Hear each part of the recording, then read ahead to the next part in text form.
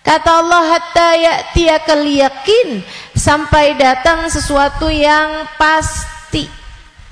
Apa yang pasti? Ayil maut, yang dimaksudkan dengan suatu yang pasti itu adalah mati, kematian. Orang nih hidup nggak ada yang pasti, teman-teman, coba dilihatin. Emang kalau hidup udah pasti sekolah? Ada juga yang nggak sekolah, betul? Emang kalau sekolah udah pasti lulus? Enggak juga, ada juga yang nggak lulus. Emang orang kalau hidup udah pasti sehat? Enggak juga, ada juga yang sakit. Emang hidup udah pasti seneng? Enggak juga, banyak juga yang susah. Emang orang kalau hidup udah pasti punya rumah? Enggak juga, bahkan ada juga yang ngontrak. Emang orang kalau hidup udah pasti nikah? Enggak juga, Mbok. Perhatian buat para jomblo. Enggak semua hidup pasti nikah. Banyak juga yang enggak nikah gitu. Ada juga yang enggak nikah. Walaupun udah sampai umurnya, udah lewat umurnya gitu, banyak yang enggak nikah. Enggak pasti juga. Ustazah, katanya kan orang semuanya punya jodoh, Ustazah. Kalau orang sampai dengan tua gitu enggak nikah, Ustazah, mungkin jodohnya meninggal. Bisa jadi, bukan? Mungkin jodohnya udah meninggal, jadi akhirnya dijodohkan dia, tapi nanti di masa sesudah kematian. Nggak apa-apa sih, enak juga, nggak harus susah-susah ngadepin suami.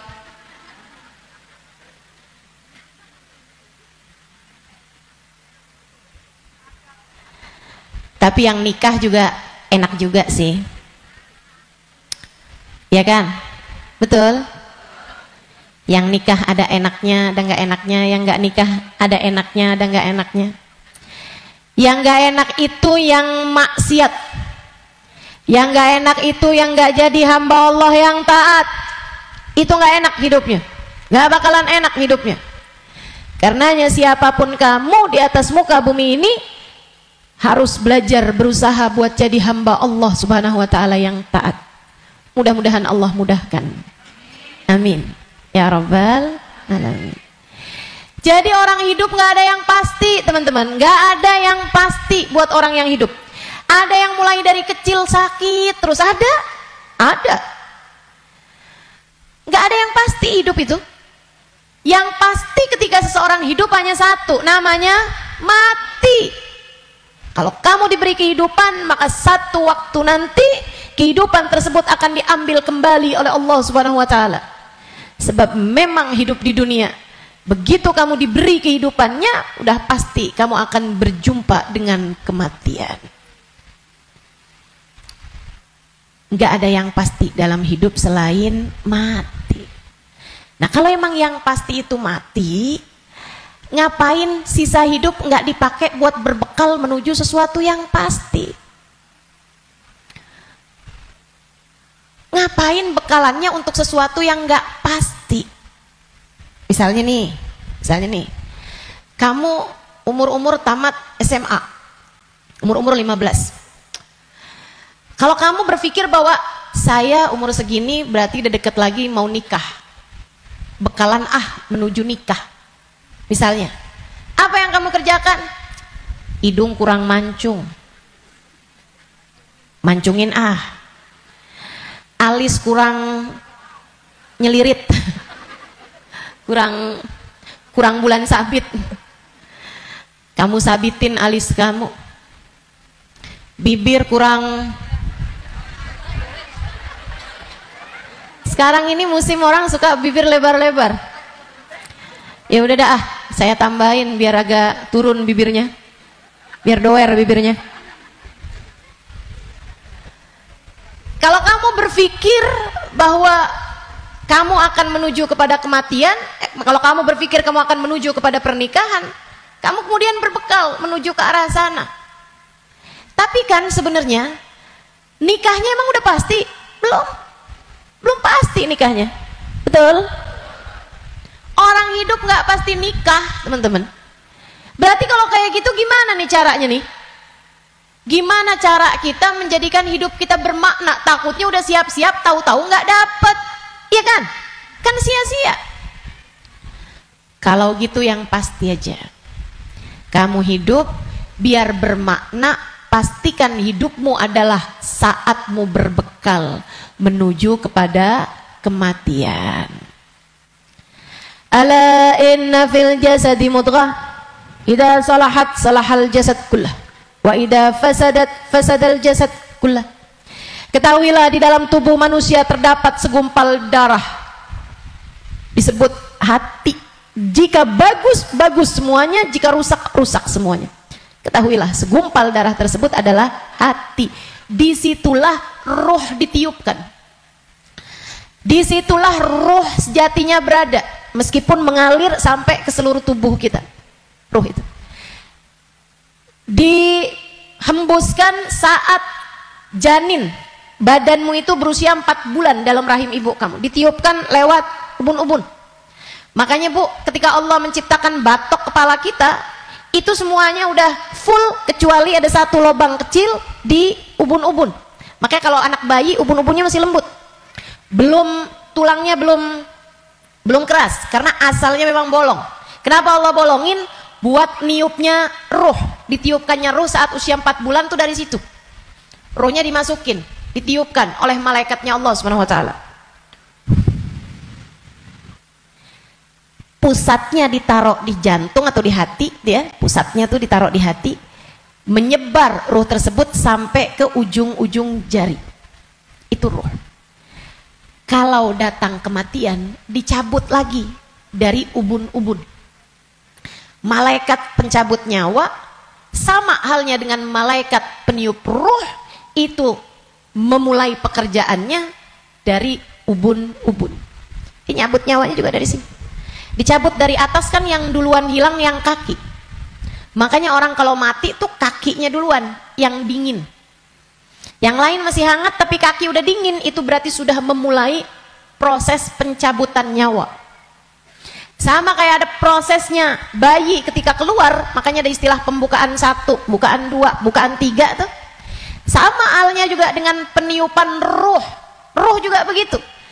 Ketika ditiupkan dan ketika dicabut itu juga seperti itu. Ada masa-masa berhentinya, namanya sakarat. Namanya sekarat. Ala inna lil mauti sakarat, kata Nabi Muhammad SAW. Ketahuilah, kematian ada sekaratnya. Kematian ada hentakan-hentakannya, enggak sekaligus. Kematian ada tahapan-tahapannya. Ditarik sampai ke lutut.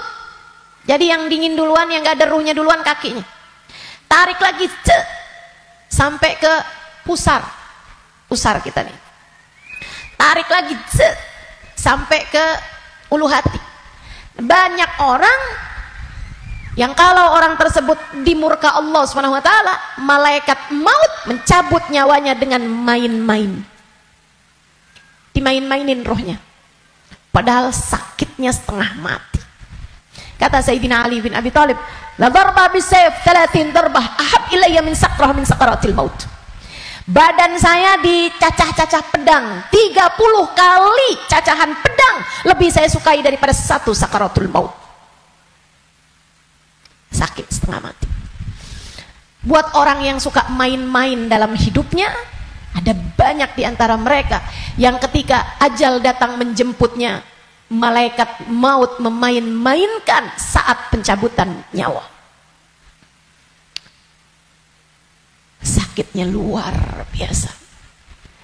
Tapi ada banyak juga hamba-hamba Allah yang hidupnya santun, yang hidupnya berakhlak pada Allah, nggak pernah main-main dalam hidupnya. Allah pun memudahkan saatnya sakaratul maut.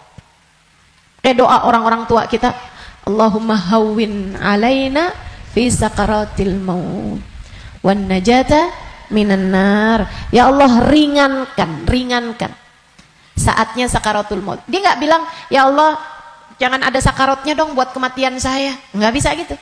Atau ya Allah jangan kasih saya sakit saat sakaratul maut, nggak bisa gitu juga. Karena memang sakaratul maut itu sakit, memang pasti sakit. Jadi yang diminta adalah Allahumma khaffif alaina fi sakaratul maut. Ya Allah, ringankan sakitnya sakaratul maut. Apa yang bisa meringankan? Maksudnya ringannya tuh gara-gara apa? Kalau kamu tanya sama saya, Ustazah, ringannya sakaratul maut tuh gara-gara apa? Saudara sekalian, sesuatu itu sakit bisa jadi ringan itu karena dua hal. Satu, karena memang sakitnya itu levelnya jadi ringan. Kan begitu? Sakit kan ada level-levelnya. Memang Allah jadikan sakitnya itu ringan, jadi berkurang sakitnya. Itu banyak yang seperti itu, sehingga sakaratul mautnya kayak nggak sakarat gitu, karena sama sekali nggak kesakitan. Ada yang begitu, memang diringankan sama Allah Subhanahu Wa Taala.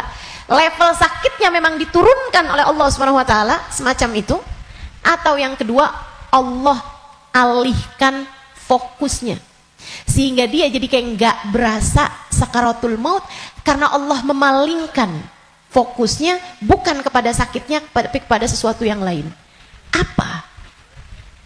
Allah palingkannya dengan apa?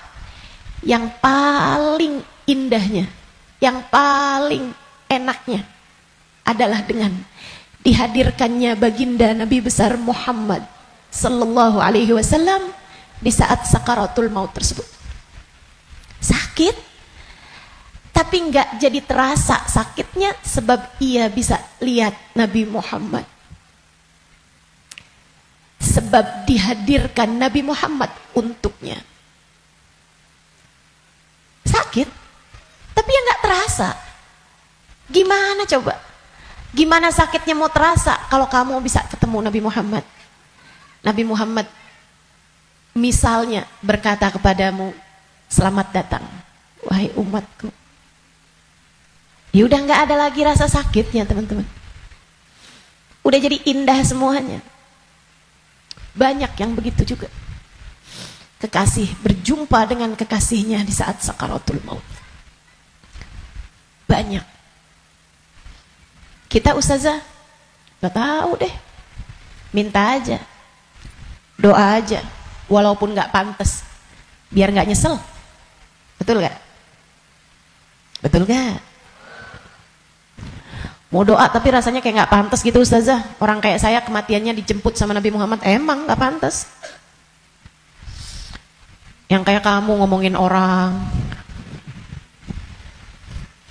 yang kayak kamu kalau sholat berantakan, betul?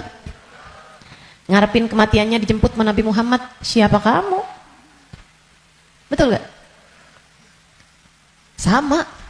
Saya juga berpikir hal yang sama denganmu. Siapa saya? Sampai saya berharap kematian saya dijemput sama Nabi Muhammad. Tidak ada di antara kita yang pantas. Gak ada di antara kita yang layak, gak ada. Gak ada. Tidak saya, tidak kamu, sama. Tapi kita tetap berdoa, kita tetap meminta kepada Allah Subhanahu wa taala. Kali-kali aja doa kita diijabah. Ya, siapa tahu ya kan? Siapa tahu. Soalnya takut kalau nggak minta nyesel. Sebab Nabi Muhammad itu dermawan. Sebab Nabi Muhammad itu dermawan. Kadang-kadang orang kalau dermawan tuh kita nggak bisa kira. Tahu-tahu memberi lebih dari yang kita minta. Itu sakaratul maut. Nanti habis cabut tuh dari pusar sampai ke dada. Dada, hati, itu teman-teman pusatnya. Allati tattali'u alal afidah. Sampai ketika roh tersebut nyampe di afidah. Nyampe di dada, tempatnya hati kita itu, pusatnya. Makanya orang kalau ngerasa sakit hati pasti pegang dadanya gitu. Nggak ada yang pegang kepala, sakit hati saya. Nggak ada. Apalagi pegang kaki, sakit hati saya. Nggak ada, pasti bilang sakit hati saya gitu. Yang dipegang dada. Karena memang tempatnya ruh, pusatnya itu adanya di situ. Hati kita. Itu sakaratul maut paling sakitnya tuh di situ. Karena sumbernya tuh di situ. Baru kemudian dicabut lagi sampai ke ghargharah, sampai ke leher.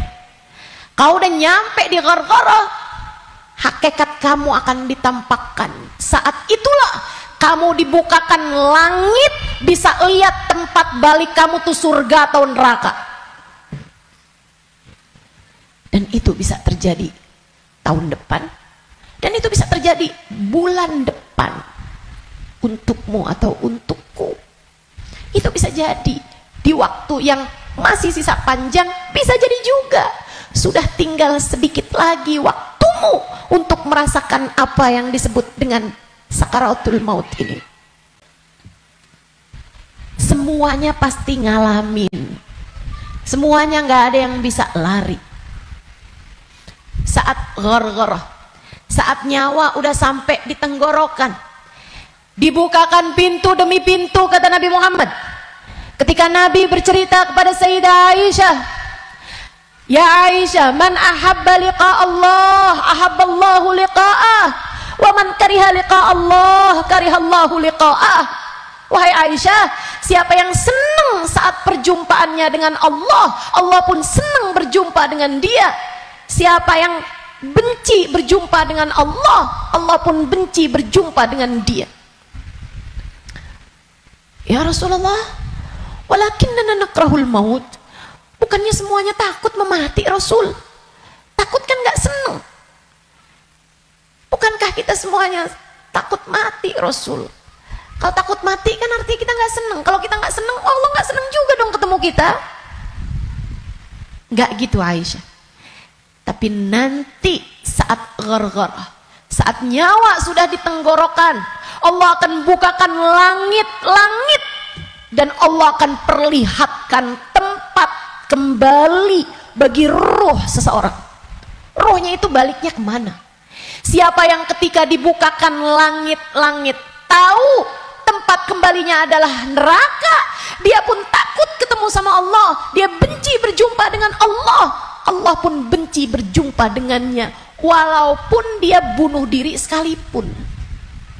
Dia bunuh diri nih, pengen mati kan orang bunuh diri, tapi begitu ruhnya sampai di tenggorokan, begitu dia lihat tempat kembalinya adalah neraka, dia pun takut, kepengen gak jadi bunuh diri, dia pun pengen balik hidup lagi, karena dia lihat ternyata tempat kembalinya adalah neraka yang sangat menakutkan.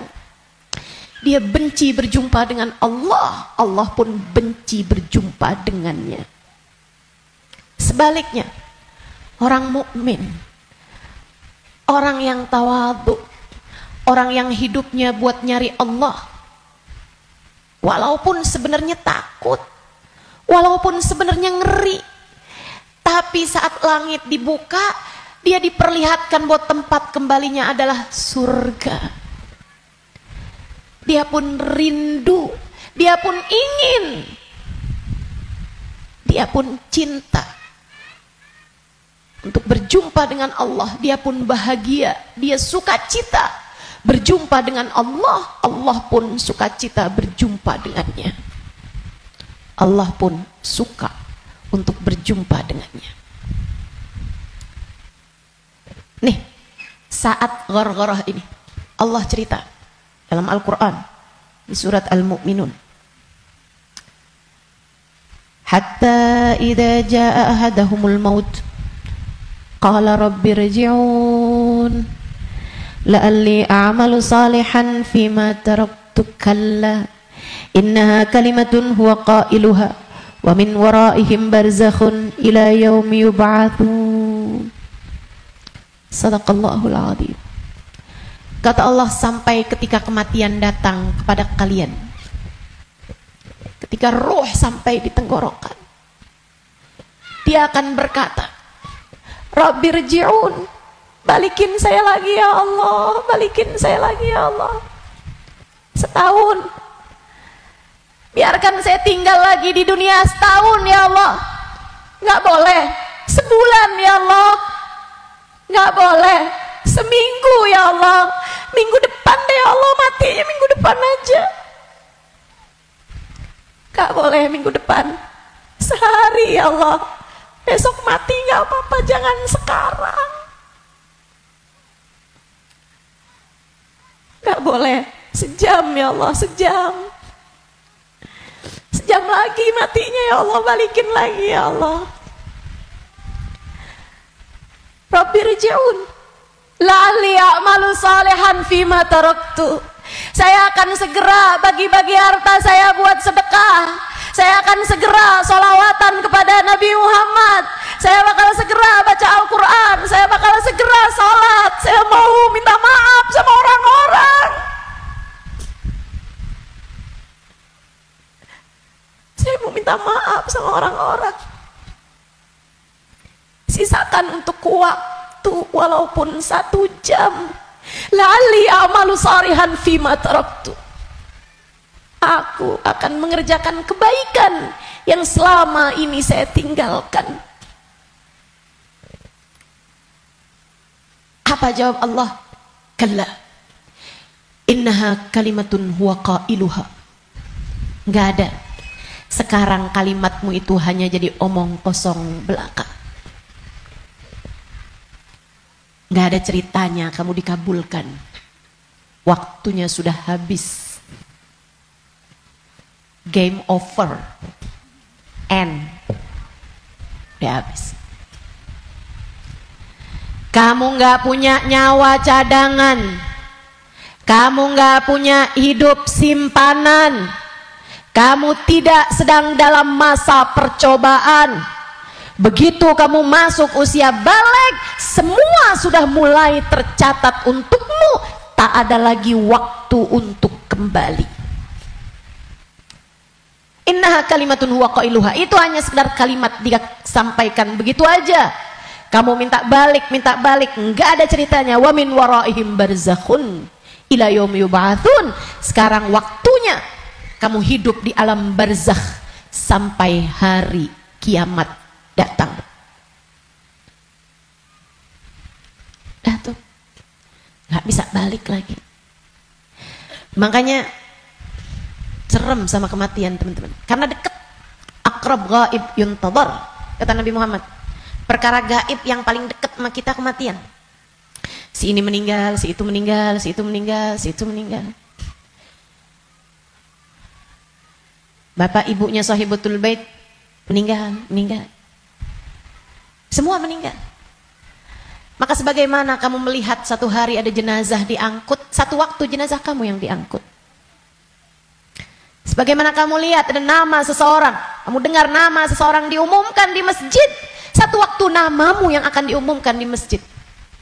Kamu lihat satu hari ada nama seseorang muncul dengan ucapan berbelasungkawa, turut berduka cita, yang ada di instastory orang-orang, satu waktu nama kamu yang akan ditulis di situ. Sebagaimana ada broadcast di grup-grup WhatsApp yang menuliskan nama-nama orang dengan ucapan meninggal dunia, satu waktu akan ada namamu yang ada di situ. Innalillahi wa inna ilaihi rajiun. Turut berduka cita atas meninggalnya Halimah binti Utsman al-Idrus. Akan ada waktunya. Semua akan ada waktunya. Semua akan ada gilirannya. Pasti tanpa terkecuali. Kamu akan datang giliranmu, pasti. Tanpa terkecuali. Kamu bakal mati, Bu. Kamu akan mati, Dek. Kamu bakal mati, Nak. Pasti. Masalahnya tinggal, akankah Allah berkenan menerimamu? Saya tuh dulu suka liatin tulisan kalau ada orang meninggal dunia, semoga rohnya diterima di sisi Allah. Saya suka mikir gitu, ya masa ditolak, ya diterima lah. Fakta membuktikan. Kita nggak pernah lihat ada orang habis meninggal dunia terus balik lagi. Lah, bukannya kamu seminggu yang lalu meninggal? Oh nggak diterima. Pernah? Nggak pernah. Jadi saya suka pikir gitu, ya diterima lah. Masa mau ditolak? Orang meninggal mau meninggal gitu. Tapi sesudah saya belajar, tuh waktu saya kecil mikirnya begitu. Sesudah saya belajar di pondok pesantren, belajar terus. Saya jadi paham betapa berartinya ucapan itu. Sebab kamu, saya, ketika meninggal dunia akan menjadi salah satu dari 2 kelompok orang. Ada yang ruhnya diterima di sisi Allah dengan penuh keridhaan. Ada yang ruhnya diusir dari rahmatnya Allah sebab Allah murka kepadanya. Kalau waktu hidup kayak gini nih, kamu lagi punya perlu, kamu datang ke rumah saudaramu, ditolak dari yang satu, bisa kamu datang ke tempat saudaramu yang lain. Anak kamu harus masuk rumah sakit, harus segera dioperasi, misalnya gitu. Harus ada DP yang harus kamu bayar, atau ada keperluan apapun misalnya. Kamu bisa datang ke tempat saudaramu, dia nggak bukain pintu, kamu bisa datang ke tempat yang lain. Dia nggak ngasih, kamu bisa datang ke tempat yang lain. Kamu misalnya mau bikin kopi, gulanya nggak ada, misalnya gitu. Kamu bisa datang ke tempat saudara kamu, sebelah kamu, tetangga kamu. Nggak dikasih, nggak dibukain pintu, atau dibilang nggak ada misalnya. Bisa lagi ke tempat saudaranya, tempat sebelahnya. Orang hidup ini andai ditolak dari yang satu, kita masih punya pilihan tempat yang lain. Seapa-apanya masih ada pilihan tempat yang lain. Tapi kalau kamu meninggal dunia, kamu hanya akan menjadi wa inna ilaihi raji'un, hanya akan kembali kepada Allah Subhanahu wa taala.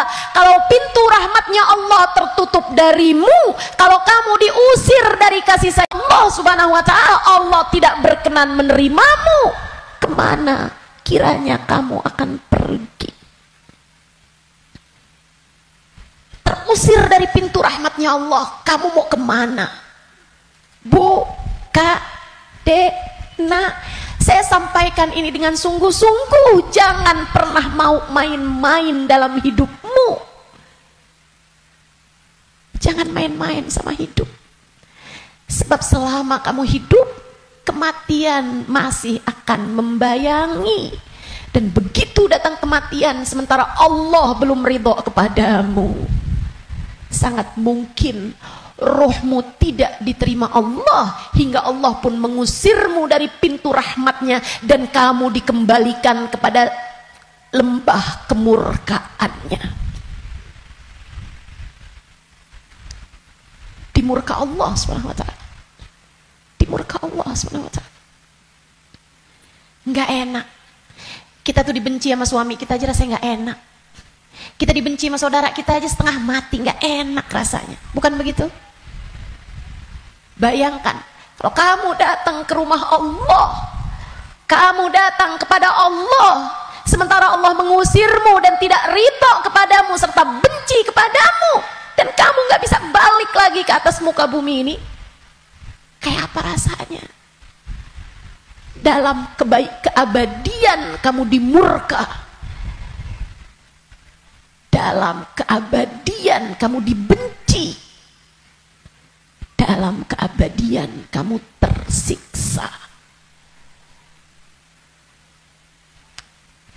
Nggak akan sabar, nggak akan sabar. Makanya sekarang nih di dunia kamu masih bisa sabar. Kalau lagi nggak enak sabar aja. Malam-malam ngantuk mau tahajud, yang sabar. Bangun tahajud, yang sabar. Biar nanti kamu nggak ketemu waktu di mana kamu tidak akan sabar menghadapinya. Kamu nggak akan kuat ngadepinnya. Sekarang kamu kuat. Buat puasa kamu kuat. Buat baca Quran kamu kuat. Buat hadir majelis taklim kamu kuat. Buat baca maulid kamu kuat. Buat berbuat baik pada orang tua kamu kuat. Buat berbuat baik sama suami kamu kuat. Buat doain anak-anak kamu kuat. Buat ngurusin rumah kamu kuat. Buat ngerjain kebaikan-kebaikan kamu kuat. Maka kerjakan apa yang kamu kuat untuk menghindarkan diri dari sesuatu yang kamu nggak bakal kuat. Bertahanlah terus. Bertahanlah untuk tetap menjadi solehah. Yang sabar jadi solehah. Tetaplah jadi hamba Allah yang solehah. Gak kuat nih saya, enggak, kamu kuat, kamu kuat. Saya gak kuat lagi Ustazah ngadepin suami kayak begitu, kuat, kamu kuat. Saya gak kuat lagi Ustazah ngadepin orang tua saya nih Ustazah, kuat, kamu kuat. Nggak kuat lagi saya ngadepin anak-anak saya. Kamu kuat, kamu kuat, kamu kuat. Saya nggak kuat puasa, kuat. Saya nggak kuat tahajud, kuat. Saya nggak kuat baca zikir habis duhur, habis subuh ke isyraq, kuat. Saya nggak kuat baca ratib malam-malam hari, ngantuk saya, kuat. Kamu kuat ngerjain itu semua. Saya nggak kuat ustazah buat berbuat baik sama semua orang. Saya pengen marah aja semuanya. Enggak, kamu kuat. Jangan marah-marah, jangan marah-marah. Kamu kuat, teman-teman saya sekalian. Yang nggak kuat kalau kamu mati dan kamu terusir dari rahmatnya. Yang kamu nggak kuat kalau sampai di dalam kubur rohmu disiksa, kamu nggak akan kuat. Yang nggak kuat kalau kamu datang malaikat yang menanyai dalam kuburan dan kamu nggak bisa jawabnya hingga kemudian malaikat tersebut mulai menyiksamu, kamu nggak akan kuat. Sisanya di dunia ini kamu kuat. Saya dijahatin terus ustazah sama tetangga saya nggak kuat lagi, kamu kuat. Saya ditinggalin sama teman-teman saya nggak kuat. Percaya saya, kamu kuat. Saya sakit ustazah, saya udah nggak kuat lagi, kuat. Yang kamu nggak kuat kalau kamu sampai diusir dari rahmatnya Allah. Yang kamu nggak kuat kalau ruhmu keluar, dan bisa jadi itu bulan depan, bisa jadi itu minggu depan. Saat ruhmu keluar dan kamu ngelihat tempat kembalimu adalah neraka, kamu nggak akan kuat. Gak akan kuat. Saat kamu berkata, Rabbirji'un la'alli a'malu salihan fima taraktu, ya Allah, balikin saya ke dunia ya Allah, balikin saya, kasih saya hidup lagi ya Allah. Itu yang kamu gak akan kuat. Sekarang di dunia semuanya kamu kuat menjalaninnya, kuat. Kamu mampu, kamu bisa bertahan untuk tetap menjadi solehah, percaya saya. Saya sangat miskin ustazah, saya udah gak kuat lagi hidup di dunia ini. Kamu kuat. Saya ambil utang aja ustazah di pinjol, saya udah gak kuat lagi. Kamu kuat, jangan utang. Jangan ambil utangan. Apalagi pakai riba. Lebih kamu nanti tambah rusak jalannya, tambah salah hidup kamu. Kamu kuat menjalani kehidupan di atas muka bumi ini, teman-teman. Yang kamu gak kuat kalau sampai mati Allah murka padamu, kamu nggak akan kuat. Maka yuk berbekal. Dengan apa berbekalnya? Satu, hidup yang benar. Tetaplah istiqomah. Sholat jangan ditinggal, ibadah jangan ditinggal. Apa yang kamu bisa kerjain. Sedekah biar kata sedikit jangan ditinggal. Saya orang miskin ustazah, saya nggak bisa sedekah banyak-banyak. Tapi kamu masak, banyakin kuahnya kata Nabi. Bagiin tetangga, kasihin tetangga kamu pas kamu lagi masak. Saya nggak bisa sedekah ustazah, tapi kamu masak nasi, pakai sambal, iya. Apa? Tempe goreng, banyakin, sisain dikit buat tetangga kamu, kasih buat orang yang susah juga yang ada di sekitarmu.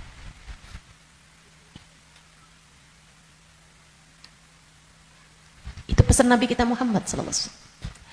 Berbuat baik. Saya nggak bisa ustazah, saya nggak ada sesuatu yang bisa saya sedekahkan. Senyum, bisa bukan? Kamu punya bibir? Ya punya sih ustazah. Ya udah senyum aja kalau gitu. Ketemu orang, bisa nyenengin orang, apa kabar? Sehat? Atau saat kamu bangun di waktu malam, kamu angkat tanganmu, kemudian kamu bilang, ya Allah, sayangi tetangga saya ya Allah, sayangi teman-teman saya ya Allah, ampuni dosa-dosa mereka ya Allah, orang di kampung saya ya Allah, ampuni dosa-dosanya ya Allah. Sedekah kamu buat mereka, kebaikan kamu buat mereka. Berbuat baik semampu yang kamu bisa, sebisa yang kamu mampu. Apaan aja. Bahkan sekedar kalimat pujian buat suami kamu. Alhamdulillah kamu sehat, saya senang kalau kamu udah sehat. Kata-kata yang enak gitu. Jangan sakit lagi ya, saya kesian kalau lihat kamu sakit, saya sayang sama kamu. Kalimat yang enak. Ganti. kalimat-kalimat yang gak enak. Udah sehat kan, berarti bisa kerja lagi kan. Susah kalau kamu sakit nih. Terus kita mau makan apa kalau kamu sakit terus-terusan? Gak enak banget sih kalimatnya. Kamu bakal mati, maka pilihlah kalimat yang gak jadi penyesalan bagimu sesudah kematianmu. Yang bagus ngomongnya, yang bagus. Jangan sakiti hati orang. Iya Kak? Bu? Dek? Ucapanmu kepada orang tuamu nak, yang bagus, yang bagus. Mama yang sehat ya Ma. Mama yang sehat. Enggak kok, Mama gak pernah ngerepotin. Saya seneng ada Mama. Tetaplah sehat Ma. Tetaplah kuat Ma. Yang bagus ngomongnya. Nanti nyesel kalau kamu yang pergi atau mamahmu yang pergi. Kepada abahmu, ayahmu, gitu juga. Ngomong yang bagus-bagus aja, biar nggak tambah banyak penyesalanmu ketika datang ajal menjemput. Apapun dari kebaikan yang bisa kamu lakukan, lakukanlah. Udah nggak usah kayak mikir-mikir, saya mau pakai kerudungan kapan ya? Nggak usah. Sekarang orang senegeri udah pakai kerudungan semua kok. Selagi kamu perempuan ya pakai penutup aurat. Saya nggak tahan Ustazah, saya nggak kuat pakai jilbab. Ah kuat kok. Semua kuat. Bismillah. Bismillah. Lakukan kebaikan, jangan tinggalkan. Sebab seperti mana kamu hidup, seperti itulah kamu akan mati. Jika kebaikan yang kamu lakukan dalam hidupmu, kamu hanya akan berjumpa dengan kebaikan-kebaikan sesudah kematianmu. Kebaikan kamu lakukan karena Allah, Allah akan membalasmu dengan kebaikan-kebaikan dari sisinya. Dan itu akan sangat menyenangkan. Kama ta'ish tamut. Sebagaimana kamu hidup, seperti itu pula lah kamu akan mati. Maka tetaplah istiqomah di jalan Allah. Itu bekal utama. Bekal keduanya, selalulah berdoa, selalulah meminta kepada Allah agar dikaruniai husnul khatimah. Sering-sering minta, ya muqallibal qulub, tsabbit qalbi ala dinik. Wahai zat yang membolak-balikan hati, tetapkanlah hati kami berada dalam keimanan kepadamu. Selalulah berdoa, Rabbana la tuzigh qulubana ba'da idh hadaitana wa hab lana min ladunka rahmatan innaka antal wahhab. Ya Allah, jangan pernah kau cabut hidayah iman yang telah kau anugerahkan kepadaku. Anugerahkanlah pula untuk kami rahmatmu. Sesungguhnya engkau adalah zat yang maha memberi. Selalulah berdoa, Ya Allah biha, Ya Allah biha, Ya Allah bihusnil khatimah, Ya Allah biha, Ya Allah biha, Ya Allah bihusnil khatimah. Ya Allah, aku mohon padamu, Ya Allah, aku minta padamu husnul khatimah, Ya Allah. Akhir kehidupan yang baik. Kematian dengan membawa iman, kematian sedangkan kau berkenan menerima kami, Ya Allah. Terus doa, terus minta sama Allah. Sebab la yarudul qada illa doa. Tidak ada yang dapat menolak takdir buruk selain doa. Doa terus, doa terus, doa terus. Kalau ada waktunya doa tuh, kayak lagi majelis, kemudian silakan berdoa, silakan sampaikan hajatmu. Habis sholat, jangan dulu langsung bangun sebelum kamu berzikir kemudian berdoa, kan begitu. Nah kalau doa jangan minta dunia mulu teman-teman. Kalau semua doa mau minta dunia, habis dunianya selesai kamu bawa apa? Kamu punya apa? Minta juga. Urusan akhirat malah justru jauh lebih penting daripada meminta urusan dunia yang akan kamu tinggalkan begitu kamu mati. Jangan kalau doa yang diminta duit lagi, duit lagi. Jangan kalau doa yang diminta jodoh lagi, jodoh lagi. Atau biar hati suami nggak berpaling, itu aja yang kamu minta. Biar suami nggak poligami, ustazah, itu terus doa saya ustazah. Bukan hanya itu yang kamu perlukan teman-teman. Doa urusan dunia tuh kalau bisa sekedarnya aja. Karena hidup di dunia ini qalil, sedikit, katanya Imamul Haddad, tabalagh bil qalili minal qalili. Bekalan dunia ini sedikit aja lah, karena dunianya itu emang sedikit. Dikit lagi juga mati. Kalau doa itu yang kiranya kamu nggak nyesel begitu kamu masuk ke dalam alam kubur. Doanya minta apa? Minta husnul khotimah. Doa minta Allah ridha, minta biar Allah selamatkan, minta biar Allah bahagiakan kalau kamu ada di dalam kuburan, minta biar Allah bahagiakan ketika nanti kamu di padang mahsyar. Jadi begitu ajal datang menjemputmu, kamu masih punya simpenan dari doa-doa yang belum diijabah Allah SWT, yang belum kamu rasakan ijabahnya. Begitu kamu mati, kamu udah punya simpenan doa buat mahsyar. Begitu kamu mati, kamu udah punya simpenan doa buat kubur. Begitu kamu mati, kamu udah punya simpenan doa buat kiamat. Begitu kamu mati, saat di padang mahsyar dibangkitkan, kamu udah punya simpenan doanya. Tinggal tunggu ijabahnya. Nah kalau doanya belum pernah kamu doain, gimana mau ngarepin ijabahnya? Nah kamu nggak pernah minta. Ya Allah, kubur saya, ya Allah, saya sekarang maunya kubur saya biar seneng ya Allah. Ternyata kok nggak seneng. Kata Allah, nah kamu nggak pernah minta. Di dunia yang sering mintanya, biar nanti kamu dapat ijabahnya. Di dunia yang sering minta, ya Allah, jadikan kami ada dalam rombongan Nabi Muhammad. Jadikan kami ada dalam rombongan umat Nabi Muhammad, ya Allah. Jangan cuma di majelis maulid aja doanya. Saat tahajud tuh kamu doa, minta ya Allah, nanti di akhirat ya Allah, jadikan saya ada dalam rombongan Nabi Muhammad. Biar nanti begitu kamu mati, kamu udah punya simpenan doanya, tinggal nunggu ijabahnya. Kata Allah, ud'uni astajib lakum, mintalah, nih saya akan aku beri. Jadi di akhirat kamu tinggal nungguin saat doamu diijabah. Sebab kalau kamu mintanya nanti gitu kan di akhirat, ya itu tadi kata Allah, innaha kalimatun huwa qailuha. Kalimatmu tuh nggak ada artinya lagi, nggak ada maknanya lagi. Sebab akhirat bukanlah tempat berbuat. Dunia nih tempatnya berbuat. Akhirat hanyalah tempat untuk dibalas. Kalau saatmu di dunia kamu hanya minta dunia, apa yang kamu persiapkan buat sesudah kematianmu? Simpenin doa-doa yang banyak buat akhirat, karena akhirat itu jauh lebih panjang, jauh lebih penting, jauh lebih berarti, jauh lebih bermakna. Dunia ini hanya sebentar, teman-teman. Jangan sampai nyesel. Jangan sampai nyesel. Doa tidak pernah hanya sekedar, itu adalah semua yang kamu perlukan. Kita semua perlu doa. Semua perlu doa. Makanya banyak-banyak doa, minta sama Allah agar kehidupan kamu sesudah kematian menjadi kehidupan yang menyenangkan. Amin ya rabbal.